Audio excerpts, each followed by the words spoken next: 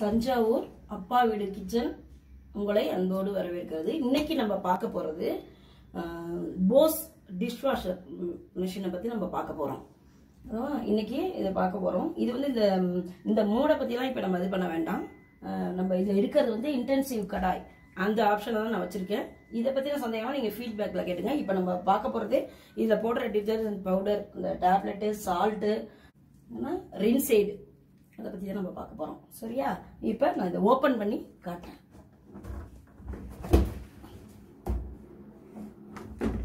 இது வந்து உள்பகுதி.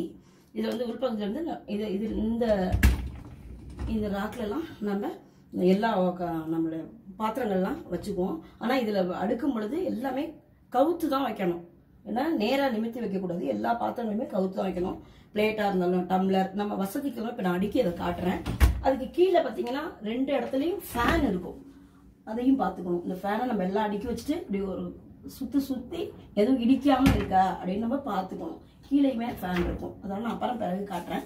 இப்ப நம்ம இதுல முக்கியமா நிறைய பேருக்கு வர்ற சந்தேகம் என்னன்னா, இதுல வந்து என்னன்னா, இந்த ஊர்ல இந்த பகுதியில வந்து தண்ணி வந்து ரொம்ப ஹார்ட் வாட்டரா இருக்கு. அதாவது உப்பு தண்ணி, ரொம்ப உப்பு தண்ணியா இருக்கு.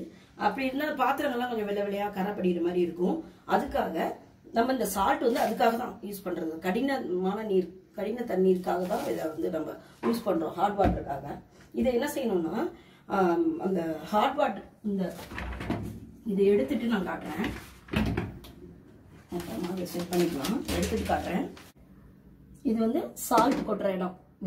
இதுல இருந்து சால்ட் போடணும். அதுக்கப்புறம் இந்த இடத்துல சால்ட் போடணும். இந்த இடத்துல வந்து டிடர்ஜென்ட் பவுடர் போடணும். இது வந்து ரின்சைடுன்னு லிக்விட். இதுல நம்ம ரின்சைடு, அதாவது இது இருக்குல்ல ரின்சைடு, இதை வந்து இதுல நம்ம ஊற்றுவோம். முதல்ல டிடர்ஜென்ட் பவுடர் இதை இதுல போடுவோம். அதுல உப்பு போடுவோம். இதுதான் நம்ம நார்மலா செய்யறது. இதுதான் சால்ட். இது முக்கியமா இந்த போஸ் டிஷ்வாஷருக்கு வந்து நம்ம யூஸ் பண்றது ஃபினிஷ் அப்படிங்கிற அந்த இது மட்டும்தான் எல்லாமே யூஸ் பண்ணணும். அப்பதான் அது பாத்திரங்கள்லாம் நல்லா கிளீனா நல்லா வர்றதுக்கு ஃபினிஷ் மட்டும் யூஸ் பண்ணுங்க. வேற எந்த பிராண்டும் இது பண்ணாதீங்க. இந்த வந்து சால்ட்னு காமிச்சேன் இல்லையா, இதுதான் அந்த சால்ட். அதாங்க சால்ட் கொட்டணும். அதுக்கு பிறகு இது வந்து டிடர்ஜென்ட் பவுடர். அதுக்கு இந்த பவுடர் தான் போடணும். Finish detergent powder. இது வந்து லிக்விடு. இது எதுக்கு அப்படின்னா, அந்த கரையெல்லாம் போறதுக்கு கொஞ்சம் ஒரு நல்ல வாசம் வர்றதுக்காகவும் நம்ம இதை போடுறோம். ஒரு சாம்பல் பூத்த மாதிரி வரும் பாத்திரங்கள்ல, அதெல்லாம் இல்லாம இருக்கிறதுக்காக இந்த ரின்சைடை நம்ம யூஸ் பண்றோம். இது 3 தான் யூஸ்வலா எல்லாருமே இந்த 3ஐயும் யூஸ் பண்ணி தான் நீங்க டிஷ்வாஷர் வந்து பயன்படுத்துவீங்க. ஆனா இது எல்லாத்துக்கும் ஒரு பெரிய நமக்கு நல்ல ஒரு விஷயம் என்ன அப்படின்னா, இந்த டேப்லெட் வந்து ஃபினிஷ் பவர் பால்னு பேரு இதுக்கு. அதுவும் இந்த ஃபினிஷ் கம்பெனிலேயே கிடைக்குது.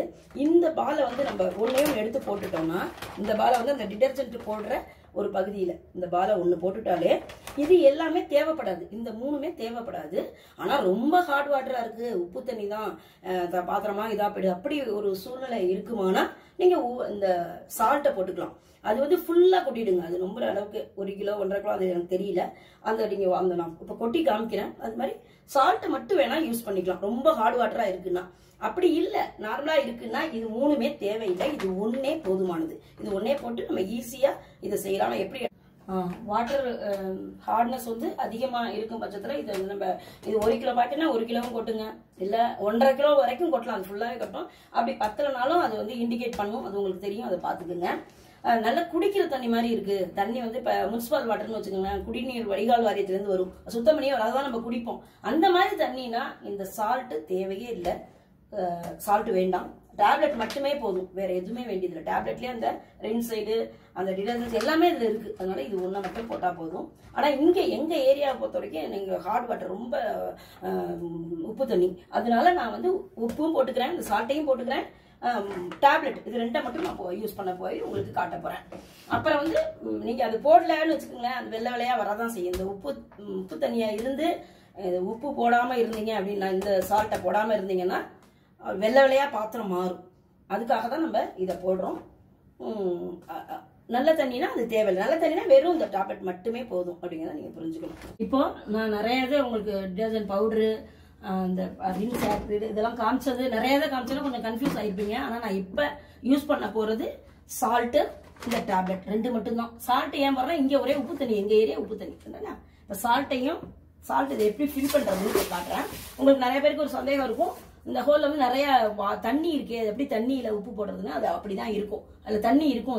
அதிலே நம்ம இந்த உப்பை ஃபில் பண்ணிக்குவோம். இந்த சால்ட்டை வந்து ஃபில் பண்ண வாங்க, தண்ணி இருக்கும் அதில், அதை பற்றி நீங்கள் கவலைப்பட வேண்டாம். தண்ணியிலே இது பண்ணுங்க. இந்த சால்ட்டை நான் ஃபில் பண்ணிக்கிறேன். தண்ணியிலே போடுங்க, தண்ணி இருக்கும் அதில்.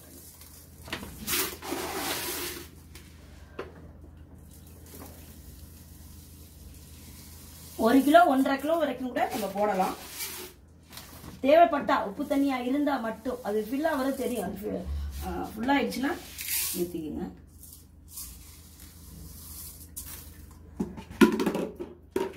அடுத்தது வந்து இந்த டேப்லெட் வந்து போடணும்.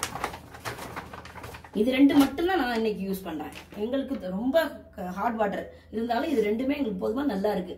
இந்த டேப்லெட்டை இதுல போட்டு க்ளோஸ் பண்ணிட்டேன். இந்த டேப்லெட்டை இது அவ்வளவுதான், வேற எதுவுமே இது 2 மட்டும் இது பண்ணுங்க. இந்த சால்ட் இது மாதிரி கொட்டிடுச்சுன்னா அது ஒன்றும் ப்ராப்ளம் இல்லை, அதுலயும் இதுல போட்டுருங்க. ஓகேவா? அவ்வளவுதான், போட்டுட்டு க்ளோஸ் பண்ணுங்க. இப்போ எல்லாருக்குமே ஒரு சின்ன டவுட் இருக்கும், நம்ம சால்ட் இதில் கொட்டிட்டோம், ஃபுல்லாக கொட்டுங்க, 1 கிலோ 1.5 கிலோ கொட்டலாம்னு சொன்னேன். அது ஒவ்வொரு தடவையும் நம்ம டிஷ் வாஷ் பண்ணும்போது ஒவ்வொரு தடவையும் கொட்டணுமா அப்படின்னு ஒரு டவுட் இருக்கும். அது அப்படி இல்லை, கொட்டிட்டிங்கன்னா ஒரு 15-20 வாஷ்க்கு அது வரும், அந்த சால்ட் வந்து வரும். அப்படி சால்ட் பத்தலைன்னா கூட உங்களுக்கு இண்டிகேட் பண்ணும். அப்போ நீங்கள் அதை பார்த்து சால்ட் கொட்டிக்கலாம். ஒரு தடவை கொட்டினாலே போதும். கரெக்டாக ஒரு மாதம் ஒரு 20 தடவையாவது வரும் குறைஞ்சபட்சம். அதை நான் சொல்லிக்கணும். இப்போ பாத்திரமா நான் எப்படி அடுக்க போறேன் அப்படிங்கிறத காட்ட போறேன். இப்போ பாருங்க, இப்போ இந்த பாத்திரத்தெல்லாம் நான் செட் பண்ணி வச்சிருக்கிறேன். இதுல வந்து முக்கியமா என்னன்னா இந்த டம்ளர்லாம் இந்த மாதிரி கிராஸா அடிக்கிங்க. இந்த மேல் அறையில இந்த மாதிரி கிராஸா அடுக்குனீங்கன்னா நல்லா சுத்தமா டம்ளர்லாம் நல்லா கிளீன் பண்ணுது. இந்த மாதிரி கிராஸா இருந்தாக்கா தண்ணி தேங்காம. அதே மாதிரி இந்த மாதிரி இந்த அழுக்கு இது கீழே பள்ளமா இருக்கு பாருங்க, இந்த மாதிரி இருக்குன்னா இங்க தண்ணி தேங்கும். அதுக்கு நீங்க என்ன செய்றீங்கன்னா இப்படி கிராஸா இந்த பக்கம் வழிஞ்சிற மாதிரி இருந்தா தண்ணி தேங்காது. இது மாதிரி இருக்கிறதும் நான் இப்படி வச்சிருக்கேன். இப்படி கிராஸா வச்சீங்கன்னா தண்ணி தேங்காது. அதுக்கு பிறகு இது மாதிரி பத்தா இருந்ததுன்னா அழுக்கு இந்த மாதிரி பத்தா இருக்கலாம். எப்பயுமே தண்ணி நம்ம பாத்திரம் சேர்க்கும் போது கொஞ்சம் தண்ணி ஊற்றி வைக்கணும். ஊறி இருந்தா கிளீனா இருக்கும். அந்த மாதிரி பாத்துக்கங்க, தண்ணி ஊற்றி ஊற வச்சிருங்க. அப்புறம் இதெல்லாம் இப்படி ஊற்றிட்டு சின்ன இப்போ அடுத்தது கீழே வர்றேன். கீழே சின்ன இந்த மாதிரி ஒரு மூடி, இது ரொம்ப சின்னதா இருக்கு பார்த்தீங்களா? இந்த மாதிரி இருக்கிறது வந்து இந்த இடத்துல, அதாவது இந்த கம்பி நெருக்கமா இருக்கிற இடத்துல இப்படி வச்சிட்டீங்கன்னா அது கீழே விழாது. கம்பி நெருக்கமா இருக்கிற இடத்துல வைக்கணும். இந்த மாதிரி இடத்துல அதுவும். அப்புறம் இந்த இடத்துல எதுவுமே படக்கூடாது. இந்த இடம் வந்து அந்த டிடர்ஜென்ட் இதெல்லாம் வர்ற இடம் இது. இதுல வந்து எந்த பாத்திரங்களோ இல்லை வேற எதுவுமோ இதை வச்சிடக்கூடாது. இந்த இடம் எம்டியா தான் இருக்கணும். அதுதான் அந்த ரெட் லைன் கொடுத்துருக்காங்க. இதுல எதுவுமே படக்கூடாதுங்கிறது ரெட் லைன் கொடுத்துருக்காங்க. அப்புறம் இதை நான் ஃபுல்லா கீழே மேல அடிக்காச்சு. கரண்டி எல்லாம் இது பாருங்க இப்படி அடிக்கிறேன். டம்ளர் இது போல கிராஸ் அடிக்க நல்லா கிளீனா இருக்கும். அப்படி இருந்தாக்க தண்ணி படும்.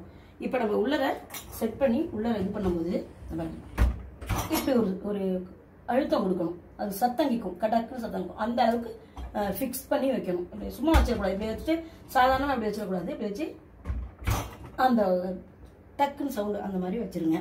இப்ப அடுத்தது பெரிய பாத்திரத்துல நான் கீழே கரண்டி எல்லாம் இந்த மாதிரி ஒரு இது கொடுத்துருக்காங்க. அதுல வந்து கரண்டி இது போல தான் வச்சுக்கலாம். அப்புறம் வந்து நான்ஸ்டிக்கை இதுல வைக்கவே வைக்காதீங்க. ஏன்னா நான்ஸ்டிக் என்னன்னா அந்த கோட்டிங் போயிடுது. நான் ஆல்ரெடி அந்த மாதிரி பிரஸ்டேஜ் நான்ஸ்டிக் குக்கர் வச்சு கலர் எல்லாம் மாறிடும். ரெண்டாவது உள்ளுக்குள்ள இருக்கிறது கோட்டிங் போறதுனால என்ன ஆகுது, சாதம் வந்து கீழே வந்து கஞ்சி மாதிரி அப்படியே படிஞ்சிடும். சுத்தமா நம்ம நான்ஸ்டிக்னா ஒட்டாம வர்றதுக்காக நம்ம யூஸ் பண்றோம். அது இதுல வைக்காதீங்க. அதே மாதிரி அலுமினிய பாத்திரம் இன்டாலியம் அது வைக்கக்கூடாது. ஸ்டீல் வைக்கலாம். நல்ல உயர்தரமான பிளாஸ்டிக் பாட்டில்ஸ் அது மாதிரி வச்சா நம்ம கிளீன் பண்ணி கொடுக்கும். அது ஒரு விஷயம். இதை மாதிரி பெரிய பாத்திரங்கள்லாம் இங்கே கவுத்துக்கலாம். தட்டு வந்து பாத்தீங்கன்னா இந்த தட்டு ஒன்னோட ஒண்ணு இப்படி ஒட்டக்கூடாது. ஒட்டினா அது கிளீன் ஆகாது. ஒட்டாம வச்சுக்கோங்க. இந்த மாதிரி பாருங்க, தனித்தனியா இருக்கு பாருங்க. இந்த மாதிரி வச்சுக்கோங்க. இந்த மாதிரி பாத்திரத்தையும் இந்த மூடியிலையும் இந்த பள்ளம் இருக்கும். அதனால நான் பாருங்க இப்படி கொஞ்சம் கிராஸா இருக்கும். இப்படி வச்சிருக்காங்க. கரண்டி எல்லாம் வச்சு இப்ப இதுக்கு இதெல்லாம் செட் பண்ணிட்டோம். இதுக்கு அடியில் பாருங்க ஒரு ஃபேன் இருக்கும் அடியில. இதை நீங்க செட் பண்ணிட்டு இந்த ஃபேனை வந்து நம்ம எப்படி சுத்தி பார்க்கணும். எதுவுமே இடிக்காம இருந்ததுன்னா கரெக்டா பிக்ஸ் பண்ணிக்கணும் அர்த்தம். அடுத்தது இப்ப இதை உள்ளர அடுத்தது இது சாதாரணமா வச்சிடலாம். இதுக்கு மட்டும் தான் இந்த கடக்குன்னு சவுண்ட் வரணும்னு சொன்னேன். இது சும்மா வச்சிடலாம். இப்போ வந்து இந்த ஃபேனை இப்போ நம்ம சுத்தி பார்க்கணும். பாருங்க அழகா சுத்துது, எதுவுமே இடிக்கல. அப்ப இது கரெக்டா. அதே மாதிரி கீழே ஒரு ஃபேன் இருக்கும். இப்போ இங்க கீழே இருக்க ஃபேனே இது இருக்கு, அதையும் இப்படி சுத்தி பாருங்க. நல்லா சுத்துது, எதுவுமே இடிக்கல. இதுதான் எல்லாமே நம்ம வச்சுட்டோம். டேப்லெட் போட்டாச்சு, உப்பு கொட்டியாச்சு, க்ளோஸ் பண்ணியாச்சு. அதுக்கப்புறம் இனிமே நம்ம ஆன் பண்ண வேண்டியதுதான். இப்போ முதல்ல வாட்டரை ஓப்பன் பண்ணி விட்டுட்டேன், ஃபர்ஸ்ட் பண்ணி. அடுத்தது பவர் சுவிட்ச் ஆன் பண்ணிட்டேன். அடுத்தது இங்கே ஆன் ஆஃப் பட்டன் இருக்கும், அதை ஆன் பண்ணிக்கலாம். நாங்கள் ஏற்கனவே அது இன்டென்சிவ் கடை அது செலக்ட் பண்ணி வச்சிருக்கனால அது காட்டுது. அடுத்தது ஸ்டார்ட் பண்ணிடணும். இது வந்து 1.5 மணி நேரம் ஆகும். இது கிட்டத்தட்ட 1.5 மணி நேரம் ஆகும் அது ஓடுறதுக்கு. அதுக்கப்புறம் பாத்திரம் சுத்தம் பண்ணோம்னா நான் உங்களுக்கு எப்படி சுத்தம் பண்ணிருக்குதுன்னு காட்டுறேன். நம்ம அவசரமா 1.5 மணி நேரம் இல்லாமல் ஒரு 1/2 மணி நேரத்துல கூட பாத்திரம் கழுவிக்க முடியும். அதுக்கும் ஆப்ஷன் இருக்கு. நான் அந்த இதுக்கு வரல. இப்போ இது மட்டும் தான் சொல்றேன், அதுக்கு பிறகு சொல்றேன். வேற ஏதாவது டவுட் இருந்தா கூட நீங்க ஃபீட்பேக்ல கேளுங்க, அதற்கான பதிலை நாங்கள் உங்களுக்கு சொல்றோம். இப்போ நம்ம ரெடி ஆயிடுச்சு, பாத்திரம்லாம் கழுவிடுச்சு. இப்போ நம்ம தண்ணியை ஆஃப் பண்ணிக்கிறேன். அடுத்தது ப்ளக்கையும் ஆஃப் பண்ணிட்டேன். இப்போ ஓப்பன் பண்ணி காட்டுறேன் எப்படி இருக்கு பாத்திரம்னு பார்க்கலாம். ஓப்பன் பண்ணுறேன்.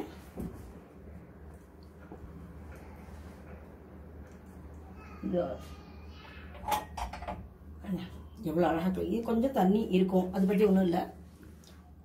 எவ்வளோ க்ளீனாக இருக்குது பாருங்கள். இப்போ நான் உடனே ஓப்பன் பண்ணிட்டேன், க்ளீனாக இருக்குது. கீழே கொஞ்சம் தண்ணி இருந்தாலும் பரவாயில்ல, அதை ஊற்றிடலாம், ஒன்றும் பிரச்சனை இல்லை. எல்லாமே நல்லா க்ளீனாக இருக்குது. அதே மாதிரி இது பாருங்கள், பால் பாத்திரம் வச்சேன் இல்லையா, அவங்கள்ட்ட காட்டினேன். பால் காய்ச்சிருக்கிறதெல்லாம் காட்டினேன். இதெல்லாம் ரொம்ப பத்தாக இருந்தது. இதெல்லாம் பாருங்கள் எவ்வளோ க்ளீனாக இருக்குன்னு பாருங்கள். அதுக்கப்புறம் வந்து பாருங்க, இதெல்லாம் பால் காய்ச்சி இதெல்லாம் அவ்வளோ க்ளீனாக இருக்கும். ஏன்னா இதில் என்ன ஒரு விஷயம்னா எல்லாமே சுத்தமாக இருக்கும். எல்லாமே ஒரு ரொம்ப பத்தாக இருந்த பாத்திரம். இதெல்லாம் ரொம்ப பத்து இருந்தது. இது நல்லா வாஷ் பண்ணி ரொம்ப சூப்பராக இருக்குது. ஆனால் இது என்னன்னா ஆரம்பத்தில் நான் டிஷ் வாஷ் வாங்கும்போது கூட இதுக்கு இவ்வளோ டைம் இதுக்கு அடுக்கிறது இதெல்லாம் பண்ண வேண்டியது இருக்குது எதுக்கு அப்படின்னு நான் யோசனை பண்ணினேன். ஆரம்பத்தில் வாங்கும்போது ரொம்ப டைம் இழுக்குது, இதுக்கு நம்ம மேனுவலாகவே கழுவிட்டு போயிடலாமே அப்படின்னு நினச்சேன். ஆனால் இது என்ன ஒரு இதுனா தண்ணி வந்து ரொம்ப கம்மியாகும். தண்ணி செலவு பார்த்தீங்கன்னா நம்ம மேனுவலாக கழுவுறதுக்கும் இதுக்கும் ரொம்ப வித்தியாசம் இருக்குது. இன்னொன்று என்னென்னா ரொம்ப ஹைஜீனிக். எல்லாமே வெந்நீரில் வரங்க பாத்திரமாட சுடும் எடுக்கும்போது ரொம்ப அது ஹைஜீனிக்காக இருக்கும். வெந்நீரில் கழுவி நமக்கு சுத்தமாக கொடுக்கும்போது அது இப்போ நீங்கள் பார்க்கும்போது தான் கொஞ்சம் கஷ்டமாக தெரிற மாதிரி இருக்கும். ஒரு 6-7 தடவை நீங்கள் வச்சுட்டிங்கன்னா அப்புறம் அது உங்களுக்கு ரொம்ப ஈஸியாக தெரியும். ஆரம்பத்தில் எனக்குமே அப்படி தோணுச்சு, டிஷ்வாஷர் வேஸ்ட்டு அப்படிங்க. நிச்சயமாக உங்களுக்கு பிரயோஜனமாக இருக்கும்னு தெரியும். நீங்கள் இதை நீங்களும் இந்த மாதிரி யூஸ் பண்ணி பாருங்கள். ஏதாவது ஒரு டவுட் இருந்ததுன்னா நீங்கள் கமெண்ட்ஸில் கேளுங்க, அதுக்கான பதில் நாங்கள் சொல்கிறோம். உங்கள் ஃபீட்பேக் சொல்லுங்கள். உங்களுக்கு இந்த வீடியோ வந்து உங்களுக்கு பிரயோஜனமாக இருந்துச்சுன்னா லைக் பண்ணுங்கள், ஷேர் பண்ணுங்கள், சப்ஸ்கிரைப் பண்ணுங்கள், பெல் பட்டனை கிளிக் பண்ணுங்கள். வேறு ஏதாவது ஃபீட்பேக் இருந்தாலும் உங்களுக்கு கமெண்ட்ஸில் கேளுங்க, அதுக்கான ரிப்ளை நான் பண்ணுறேன். ஓகேவா? Thank you for all.